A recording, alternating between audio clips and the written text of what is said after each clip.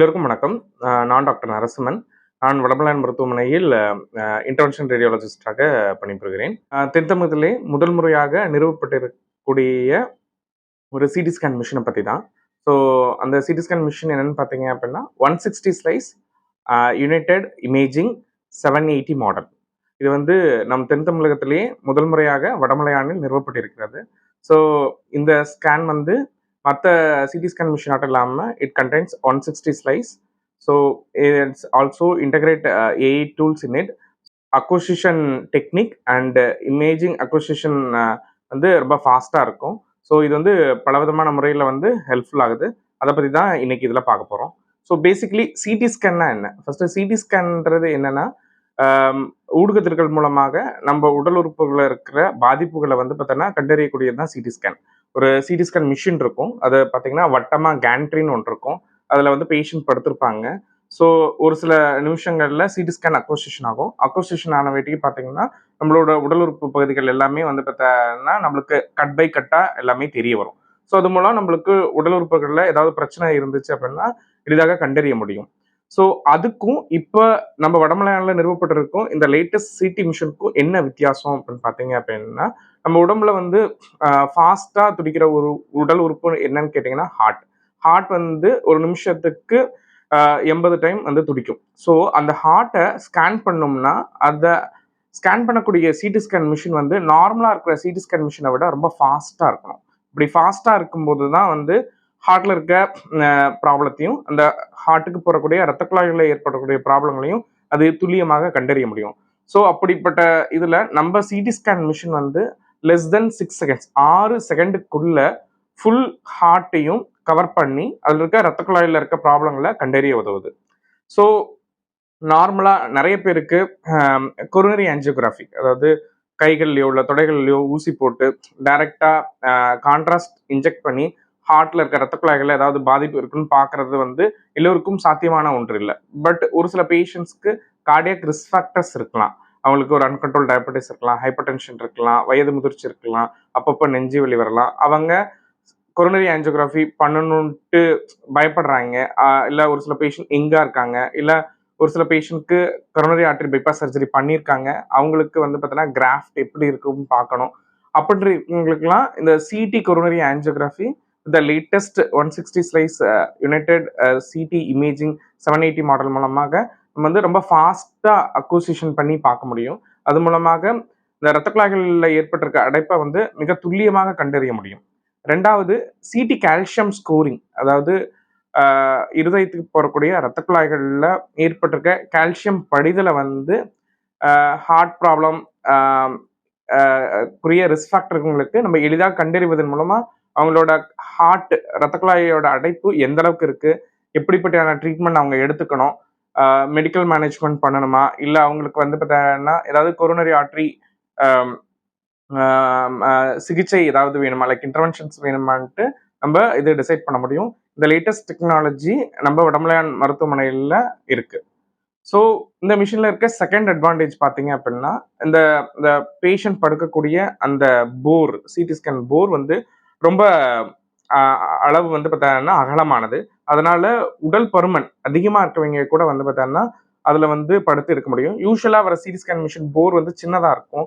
அதனால எவ்வளோ part cover ஆகுது, ஒரு சில பேஷண்ட் உடல் பருமன் இருக்கவங்க நம்ம அந்த சிடி ஸ்கேன் எடுக்க முடியுமான்றது கஷ்டமாக இருக்கும். பட் நம்ம சிடி ஸ்கேன் மிஷினில் அந்த துவாரம் பெருசாக இருக்கிறதுனால உடல் பருமன் அதிகமாக இருக்க பேஷண்ட், இல்லை உடல் எடை அதிகம் கொண்ட பேஷண்ட் கூட சிடி ஸ்கேன் வந்து எளிதாக எடுக்க முடியும். ரெண்டாவது முக்கியமான விஷயம் பார்த்தீங்க அப்படின்னா வந்து விர்ச்சுவல் பிராங்கோஸ்கோபி அண்ட் விர்ச்சுவல் கொலனோஸ்கோபி. இந்த விர்ச்சுவல் அப்படின்னா என்ன அப்படின்னா வந்து யூஸ்வலாக ஒரு கொலனோஸ்கோபி பண்ணணும், இல்லைன்னா பிராங்கோஸ்கோபி பண்ணணும் அப்படின்னா ஒரு மெல்லிய ஒரு ஸ்கோப்பை வந்து பார்த்தீங்கன்னா மூச்சுக்குழாய் வழியாகவோ இல்லை ஆசன வாய் வழியாகவோ செலுத்துவதன் மூலமாக மூச்சுக்குழாயில் உள்பகுதியில் ஏதாவது ப்ராப்ளம் இருந்தாலோ இல்லை சுருக்கம் இருந்தாலோ தெரிய வரதுக்கு வாய்ப்புகள் இருக்கு. ஸோ அதுதான் கன்வென்ஷனலி கால்ட் அஸ் பிராங்கோஸ்கோபி அப்படின்னு சொல்லுவோம். சரிங்களா? இதுக்கு வந்து நார்மலாக கொஞ்சம் செடேஷன் தேவை. நம்மளுக்கு வந்து பார்த்தோன்னா மூச்சுக்குழாய் வழியாக வந்து பார்த்தோன்னா அந்த டியூபை வந்து செலுத்தணும். The same applies to colonoscopy also. பேஷண்ட்டுக்கு குடலோட உள் சுவற்றில் ஏதாவது ப்ராப்ளம் இருக்கு, இல்லை ஏதாவது கட்டிகள் இருக்கு, இல்லைன்னா வந்து பார்த்தோன்னா அடைப்பு இருக்கு, இதெல்லாம் பார்க்கறதுக்கு கொலோனோஸ்கோபி வந்து தேவை. ஸோ இந்த ப்ரொசீஜர் வந்து கிளினிஷியன்ஸ் பண்ணுவாங்க. பட் அவங்க அந்த ப்ரொசீஜர் பண்ண போறதுக்கு முன்னாடியே இந்த சிடி ஸ்கேன் மூலமா அவங்களுக்கு ஒரு ஒரு வியூ, ஒரு விர்ச்சுவலா அதாவது தெரிஞ்சிருச்சு அப்படின்னா வந்து பார்த்தீங்கன்னா they have a idea. So how to go about it, what are the problems they can encounter, அதை வந்து ஈஸியாக கண்டறியலாம். ஸோ அந்த virtual colonoscopy and virtual bronchoscopy technique வந்து பார்த்தீங்கன்னா இந்த அப்ளிகேஷன் வந்து நம்ம மிஷினில் அவைலபிளாக இருக்கு. இதனோட இன்னொரு அட்வான்டேஜ் என்ன அப்படின்னா பீடியாட்ரிக் ஏஜ் குரூப், சின்ன குழந்தைங்க இருக்காங்க, அவங்களுக்குலாம் பிராங்கோஸ்கோபி பண்ணுறது கஷ்டம். அவங்களுக்கு ஏதாவது மூச்சுக்குழாய் ரிலேட்டட் ப்ராப்ளம் நம்ம வந்து பார்த்தோன்னா மூச்சுக்குழாய் ப்ராப்ளம் பற்றி நம்ம யோசிக்கிறோம் அப்படின்றக்கப்போ ஜஸ்ட் இந்த விர்ச்சுவல் பிராங்கோஸ்கோபி மூலமாகவே சிடி ஸ்கேன் அக்வசிஷன் பண்ணுறது மூலமாக நம்ம மூச்சுக்குழாயில் ஏதாவது அடைப்பு இருக்கா, இல்லை ஏதாவது ஃபாரின் பாடி ஏதாவது அடைச்சிருக்கா, இல்லை பிரைவிலேருந்தே ஏதாவது மூச்சுக்குழாய் நேரோவிங் இருக்கா, இதெல்லாம் கண்டறிய உதவும். இன்டர்வென்ஷனல் பல்மாலஜிஸ்டோ இல்லை இன்டர்வென்ஷனல் கேஸ்ட்ரோன்ட்ராலஜிஸ்டோ இப்போ ஒரு கேஸ் பிளான் பண்ணுறாங்க, ஒரு மூச்சுக்குழாய் அடைப்பு இருக்குது, அதுக்கு ஒரு ஸ்டென்ட் பொருத்தணும், இல்லை கொலானில் வந்து ஏதோ அடைப்பு இருக்குது, ஒரு ஸ்டென்ட் பொருத்தணும், அது கரெக்டாக எவ்வளோ சைஸ் வந்து தேவைப்படும், எவ்வளோ நீளத்தில் தேவைப்படும், இது எல்லாத்தையுமே அவங்க வந்து இந்த விர்ச்சுவல் பிராங்கோஸ்கோபி அந்த விர்ச்சுவல் கொலோனோஸ்கோபி மூலம் மெஷர் பண்ணி போக முடியும். ஸோ அப்போ அவங்களுக்கு ப்ரொசீஜர் ரொம்ப ஈஸியாக இருக்கும். மூணாவது கற்கள். இப்போ பித்தப்பையிலையும் சிறுநீரகத்திலையும் கற்கள் ப்ராப்ளம் வரலாம். ஸோ கால் பிளாடர் ஸ்டோன் சொல்லுவாங்க, இப்போ ரீனல் ஸ்டோன் சொல்லுவாங்க. இந்த ரீனல் ஸ்டோன் அதாவது சிறுநீரகத்தில் இருக்கக்கூடிய கற்கள் பார்த்தீங்கன்னா நிறைய விதமான கற்களாக இருக்கலாம். அது வந்து இப்போ மெடிக்கல் லிட்ரேச்சர் நாங்கள் என்ன சொல்லுவோம் அப்படின்னா சிஸ்டீன் ஸ்டோன்ஸ்னு சொல்லுவோம், இல்லை கால்சியம் ஆக்சலேட் ஸ்டோன்ஸ் அப்படின்னு சொல்லுவோம். ஸோ அந்த கற்களோட ஹார்ட்னஸ் வந்து வேரி ஆகும். ஸோ ஸோ ஆப்ரேட்டிங் யூரோலஜிஸ்டுக்கு அது முன்கூட்டியே என்ன விதமான கற்கள் அப்படின்னு தெரிந்தால் அதற்கான அறுவை சிகிச்சை முறையோ இல்லை அதற்கான இன்டர்வென்ஷனல் ட்ரீட்மெண்ட்டோ வந்து பார்த்தீங்கன்னா வேரி ஆகும். மெடிக்கல் லிட்ரேச்சரில் நாங்கள் என்ன சொல்லுவோம்னா calcium oxalate stones, uric acid stone or cystine ஸ்டோன்ஸ்னு சொல்லுவோம். ஸோ அதில் வந்து ஒவ்வொரு இதனோட ஹார்ட்னஸும் வேரி ஆகும். ஸோ அதற்கேற்ற மாதிரி யூரோலஜிஸ்ட் வந்து மேற்கொள்ளும் அறுவை சிகிச்சை முறையோ இல்லை வந்து பார்த்தீங்கன்னா மினிமலி இன்வேசிவ் ட்ரீட்மெண்ட் ஆப்ஷனோ வேரி ஆகும். அதை முன்கூட்டியே யூரோலஜிஸ்ட் வந்து இந்த சிடி ஸ்கேன் மூலமா என்ன அதனோட கற்களோட தன்மை, அது எவ்வளோ சைஸ் இருக்கு, அதனோட ஹார்ட்னஸ் எவ்வளோ இருக்கு, ஸோ எந்த மாதிரி பிளான் பண்ணுன்றத இந்த சிடி ஸ்கேன் வந்து முன்கூட்டியே நம்மளுக்கு தெரிவிக்கும். அதனால அவங்களுக்கு அந்த பண்ணக்கூடிய அறுவை சிகிச்சை முறையோ இல்லை மினிவலி இன்வேசிவ் சிகிச்சை முறையோ ரொம்ப எளிதாக அமையும். அது போக இப்போ கேன்சர் சர்ஜன்ஸ்க்கு சர்ஜரி பண்ணுறாங்க, இல்லை கல்லீரலில் அறுவை சிகிச்சை பண்ணுறாங்கன்னா கல்லீரலில் எந்த பகுதியில் அந்த கட்டி இருக்குது, ஸோ கல்லீரலில் மொத்தம் 8 செக்மெண்ட் இருக்குது, அதில் எத்தனை செக்மெண்ட்டை ரிமூவ் பண்ணும், அந்த பர்டிகுலர் கட்டியானது எந்த இரத்த குழாய்க்கு பக்கத்தில் இருக்குது, ஸோ அது மூலமாக அவங்களோட ஆப்ரேட்டரி ஸ்ட்ராட்டஜி வந்து பார்த்தோன்னா எந்த விதமாக மாற்றி அமைக்கணும், ஸோ அதெல்லாம் வந்து ஓரளவுக்கு விர்ச்சுவலாகவே அவங்க 3D இமேஜிங் மூலமாக பிளான் பண்ணிட்டு போகிறப்போ அவங்களுக்கு வந்து பார்த்தோன்னா அறுவை சிகிச்சை முறையானது வந்து பார்த்தோன்னா மிக எளிதாக இருக்கும். Next stroke imaging. இப்போ பக்கவாதத்தால் ஒரு பேஷண்ட் வராங்க, அவங்களுக்கு வந்து பார்த்தீங்கன்னா ஈஸியாக இரத்த கசிவு இருக்கா இல்லையான்னு கண்டறியறது மட்டும் இல்லாமல் சிடி ஸ்கேன் பண்ணி அதில் மருந்து இன்ஜெக்ட் பண்ணுறது மூலமாக சிடி ஆஞ்சியோகிராஃபி பண்ணலாம். அது மூலமாக பெரிய இரத்த குழாய்களில் ஏற்படக்கூடிய அடைப்பை கண்டறிய முடியும். அது போக லேட்டஸ்ட்டாக இதில் சிடி பர்ஃபியூஷன் ஆட் பண்ணியிருக்காங்க. அதாவது பிரெயினுக்கு எவ்வளோ இடத்துல பர்ஃபியூஷன் அதாவது ரத்த ஓட்டம் வந்து பாதிக்கப்பட்டிருக்கு, ஸோ ஆல்ரெடி ஃபுல்லி பாதிக்கப்பட்ட ஏரியாவிலோ எந்த அளவுக்கு ஒரு சில பகுதிகளில் ரத்த ஓட்டம் ப்ரிசர்வ் ஆயிருக்குன்ட்டு பெனும்ரா வெர்சஸ் நெக்ரோட்டிக் டிஷ்யூவை வந்து டிஃப்ரென்ஷியேட் பண்ணி ஃபர்தராக அவங்களுக்கு வந்து பார்த்தோன்னா மெக்கானிக்கல் த்ரோம்பெக்டமி ப்ரொசீஜர் வந்து நீடடா இல்லையா அப்படின்றத வந்து இந்த சிடி பர்ஃபியூஷன் பிரெயின் ஸ்கேன் வந்து பார்த்தோன்னா துல்லியமாக கொடுக்கும். இது வந்து ரொம்ப எமர்ஜென்சியில் தேவையான ஒரு இம்பார்ட்டண்ட்டான ஸ்டடி. அது போக இந்த 3D இமேஜிங் மூலம் மூளையில் இருக்கக்கூடிய இரத்த குழாய்கள் வீக்கம் அனுரிசம்னு சொல்லுவோம். அது போக மூளையில் ஏற்படக்கூடிய இரத்த குழாய் ப்ராப்ளம் ஏட்ரியோவீனஸ் மால்ஃபர்மேஷன், இது பர்டிகுலர்லி எந்த பகுதியில் இருக்குது, மொத்தம் எத்தனை இரத்த குழாய்கள் அதுக்கு சப்ளை பண்ணுது, இது வந்து பார்த்தோன்னா ஆப்ரேட்டிங் நியூரோ சர்ஜன்ஸ்க்கு வந்து பார்த்தோன்னா மூளையில் எந்த பகுதியில் கட்டி இருக்குது, எந்த அளவுக்கு வந்து பார்த்தோன்னா they have to go for surgery for to plan accurately, இது எல்லாத்தையுமே இந்த சிடி ஸ்கேன் மிஷின் மூலமாக நம்ம வந்து பிளான் பண்ண முடியும்.